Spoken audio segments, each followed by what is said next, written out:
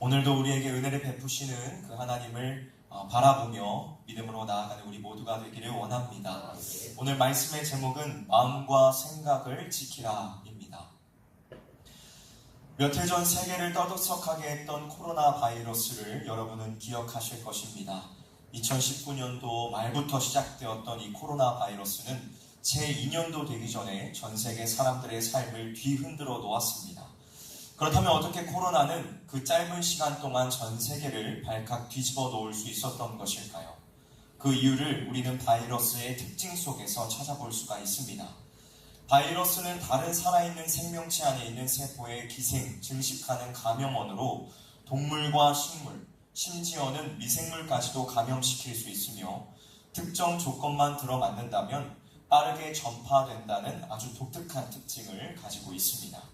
이렇게 다른 곳으로 확산 전파된다는 특징을 가지고 있기 때문에 우리는 바이러스를 끊임없이 주시하며 경계할 수밖에 없는 것입니다. 그런데 여러분, 여기에서 우리가 놓쳐서는 안 되는 분명한 사실이 한 가지가 있습니다. 그것은 우리가 주시하며 주의해야 될 바이러스가 비단 이 코로나만 있는 것이 아니라는 것입니다. 지금부터 우리가 함께 나누게 될 이 바이러스는 이미 우리의 삶 속에 깊숙하게 침투해 있으며 우리가 잘 알고 있는 여타 다른 바이러스보다도 치명적인 것입니다. 이 바이러스는 사람의 마음을 병들게 하며 전 세계의 사람들이 하나님과의 영원한 관계 단절이라는 비참한 상태에 이르도록 하였습니다. 그렇다면 이 바이러스는 도대체 무엇일까요? 또 이 바이러스는 언제 우리의 삶에 들어오게 되었을까요? 그리고 이 바이러스에 대하여 우리는 어떻게 대처해야 할까요? 우리가 말씀을 나누며 함께 살펴보기를 원합니다.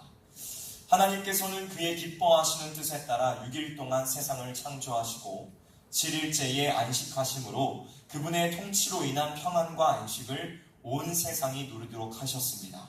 생육하고 번성하여 땅에 충만하라는 그분의 복된 선언은 이 땅 가운데에 아름답게 시연되어 가고 있었습니다. 온 땅과 모든 만물은 하나님으로부터 말미암는 기쁨 속에 깊숙이 잠겨 있었습니다. 그러나 이러한 기쁨과 즐거움 가운데 있던 창조 세계는 예상치 못한 한 생물의 등장으로 인하여 긴장의 상태 가운데 놓이게 됩니다. 여러분, 이 생물이 누구일까요? 누구일까요? 소리는 안 들리는데 입은 말씀하고 계세요. 이거 정말 놀라운 일이죠. 네, 바로 뱀입니다. 성경은 이 뱀에 대하여 본문에 이렇게 기록하고 있습니다. 그런데 뱀은 여호와 하나님이 지으신 들짐승 중에 가장 간교하니라. 여기에 쓰이고 있는 이 간교하다라는 말은 원문에서는 영리하다라는 말로 쓰이고 있는데, 이를 통해 우리가 알 수 있게 되는 사실은 뱀은 본래 들짐승들 중 가장 슬기롭고 영리하게 창조된 피조물이었다는 사실입니다. 하지만 하나님과 적대적이었던 마귀와 그의 세력들은 이 영리한 뱀을 이용하여 에덴 동산을 침범하였고, 영리하다는 뱀의 특성을 간교한 것으로 둔갑하여 하나님의 형상대로 지어진 사람을 죄의 문 앞에 걸려 넘어지도록 하였습니다. 그렇다면 여러분, 뱀, 곧 마귀는 어떤 방법을 통하여 사람들을 미혹하였을까요? 마귀는 어떻게 사람들을 하나님으로부터 멀어지게 만들었습니까? 그것은 뱀이 말하는 방식을 보면 우리가 발견할 수 있습니다. 오늘 본문인 창세기 3장 1절에서 7절까지의 말씀을 보게 되면 뱀이 계속해서 하와에게 질문을 던지는 모습을 발견하게 됩니다. 창세기 3장 1절을 우리가 함께 읽어보도록 하겠습니다. 함께 읽어보도록 할게요. 시작. 그런데 뱀은 여호와 하나님이 지으신 들짐승 중에 가장 간교하니라. 뱀이 여자에게 물어 이르되 하나님이 참으로 너희에게 동산 모든 나무의 열매를 먹지 말라 하시더냐.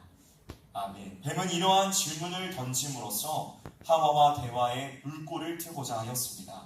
그러면서 그녀의 마음에 의문과 의심을 불러일으키고 반응이 어떠한가를 지켜보고자 하였습니다.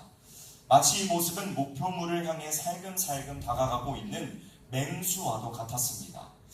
여러분, 질문만큼 순진한 사람의 마음을 파고들어 의심을 불러일으키는 효과적인 방법은 없습니다. 왜냐하면 말을 주고받는 과정 없이는 상대방의 생각을 알 수 없고 상대의 생각에 영향을 줄 수 없기 때문입니다. 뱀 곧 마귀는 이러한 질문을 하와에게 던짐으로써 모든 나무의 실과를 마음껏 먹도록 하신 하나님으로부터 관심을 돌리게 하였고, 은연중 하와의 생각에 하나님이 인색한 분이라는 인상을 불러일으켰습니다. 마치 하나님이 행하시는 일에 부당한 것이 있을 수 있기라도 한 것처럼 의심하며 의문이 들게 하였다는 것입니다. 원래대로라면 하와는 이러한 옳지 않고 터무니없는 질문에 즉시 경계태세에 들어가야 마땅했습니다. 하지만 그녀는 생각 없이 마귀의 말에, 뱀의 말에 귀를 기울였고 그의 말에 선뜻 대답하였습니다. 하와의 대답은 그녀가 뱀의 계략에 말려들었다는 것을 여실히 보여줍니다. 여러분, 하와가 뭐라고 대답하였습니까? 그녀는 동산나무의 열매를 우리가 먹을 수 있으나 라고 하였습니다. 이것은 하나님의 말씀을 작게 축소한 것입니다. 여러분, 하나님께서 하와에게 뭐라고 말씀하셨습니까? 뭐라고 명령하셨습니까? 선악을 알게 하는 나무 외에는 모든 나무의 실과를 먹을 수 있다고 하셨습니다. 이것을 원문에서는 뭐라고 기록을 하고 있냐면, 너희는 반드시 모든 동산의 나무의 열매를 먹어야 된다 라고 말하고 있습니다. 그러나 하와는 지금 한 나무의 열매 외에 모든 것을 허락하신 하나님의 말씀을 축소하여 그저 동산 나무의 열매를 먹을 수 있다고만 말한 것입니다. 이러한 말씀의 축소는 하나님의 선하심과 인자하심을 축소하고 나아가 하나님에 대한 왜곡으로 이어지게 만들었습니다. 게다가 하와는 하나님이 말씀하지 않은 것을 덧붙이고 있습니다. 그녀는 동산 중앙에 있는 나무의 열매는 하나님의 말씀에 너희는 먹지도 말고 만지지도 말라고 대답하였습니다. 여러분, 창세기 2장 17절의 말씀을 유심히 살펴보시면 하나님의 명령은 먹지 말라는 것이었지 만지지 말라는 것은 아니었음을 발견하게 됩니다. 그런데 지금 하와는 뭐라고 하고 있나요? 하나님의 명령에 만지지도 말라라는 말을 자기 멋대로 덧붙이고 있습니다. 왜 그랬을까요? 선악과를 만져보고 싶은 어떠한 마음의 표출이었을까요?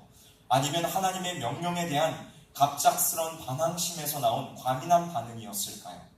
이유가 어찌되었든 간에 확실한 것은 뱀의 질문이 그녀의 마음을 심히 요동시켰다는 것입니다. 여기에 더하여 하와는 하나님의 말씀을 다시 한번 축소합니다. 하나님은 금지된 나무의 실과를 먹을 경우 반드시 죽으리라 라고 경고하셨습니다. 그러나 하와는 죽을까 하노라고 다르게 말합니다. 여러분, 반드시 죽으리라 라는 말과 죽을까 하노라 라는 말은 전혀 다른 말입니다. 그녀는 강력한 하나님의 명령을 가벼운 것으로 전락시키는 중대한 죄를 범하고 말았다는 것입니다. 하와의 이러한 대답에 대하여 뱀은 마치 기다렸다는 듯이 말합니다. 창세기 3장 4절 말씀을 함께 읽어보도록 하겠습니다. 창세기 3장 4절 말씀입니다. 시작. 뱀이 여자에게 이르되 죽지 아니하리라. 아멘. 이 말은 반드시 죽으리라는 하나님의 말씀에 대한 완전한 도전이었습니다.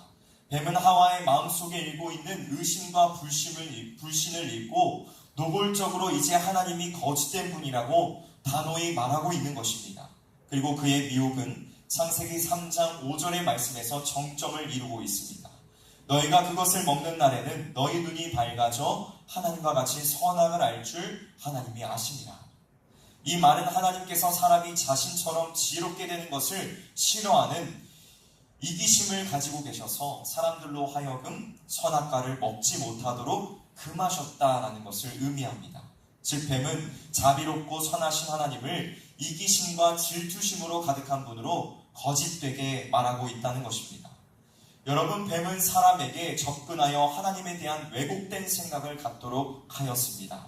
그는 사람으로 하여금 하나님이 터무니없이 엄하고 인색하며 이기적인 분이란 생각을 갖도록 의심하게 만들었다는 것입니다.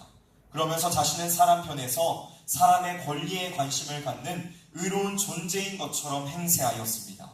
말하자면 뱀은 선하시고 의로우신 하나님을 악한 신으로 만들고 자신을 선하고 의로운 존재로 둔갑하였다는 것입니다. 여러분, 마귀의 이러한 전략은 오늘날 우리에게도 동일하게 집중되고 있습니다. 우리의 마음속에 생겨나는 부정적인 질문들은 의심이라는 바이러스를 불러일으켜 하나님을 온전하게 바라보지 못하도록 막고 있습니다. 우리에게 지금까지 한없이 선하고 한없이 좋은 것을 베푸신 하나님을 째째하고 인색한 하나님으로 보게 만들며 그분의 높고 위대한 약속을 축소시키고 모든 것을 가지고 계시면서도 고작 나에게 필요한 이러한 것 하나를 못 해주시는 그러한 이기적인 왜곡된 하나님으로 만들고 있다는 것입니다. 우리는 이러한 마귀의 바이러스 공격들에 절대로 패해서는 안 됩니다. 그의 전략에 쉽게 넘어가서는 안 된다는 것입니다. 그렇다면 우리는 이러한 공격들로부터 어떻게 자신을 지킬 수 있을까요? 방법은 단 한 가지입니다. 우리의 마음과 생각을 굳게 잘 지켜야 마귀의 바이러스 공격으로부터 방어할 수 있습니다. 잠언 4장 23절에서 지혜자는 말합니다. 모든 지킬 만한 것 중에 더욱 내 마음을 지키라. 생명의 근원이 이에서 남이니라.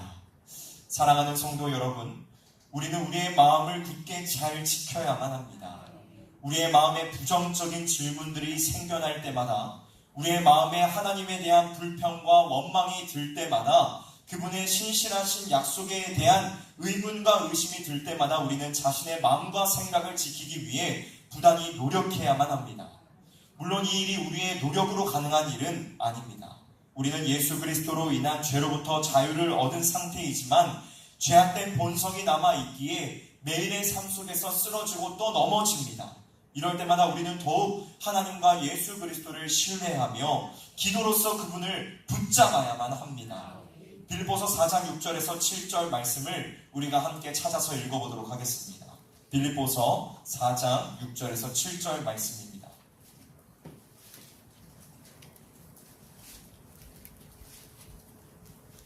빌립보서 4장 6절에서 7절 말씀입니다.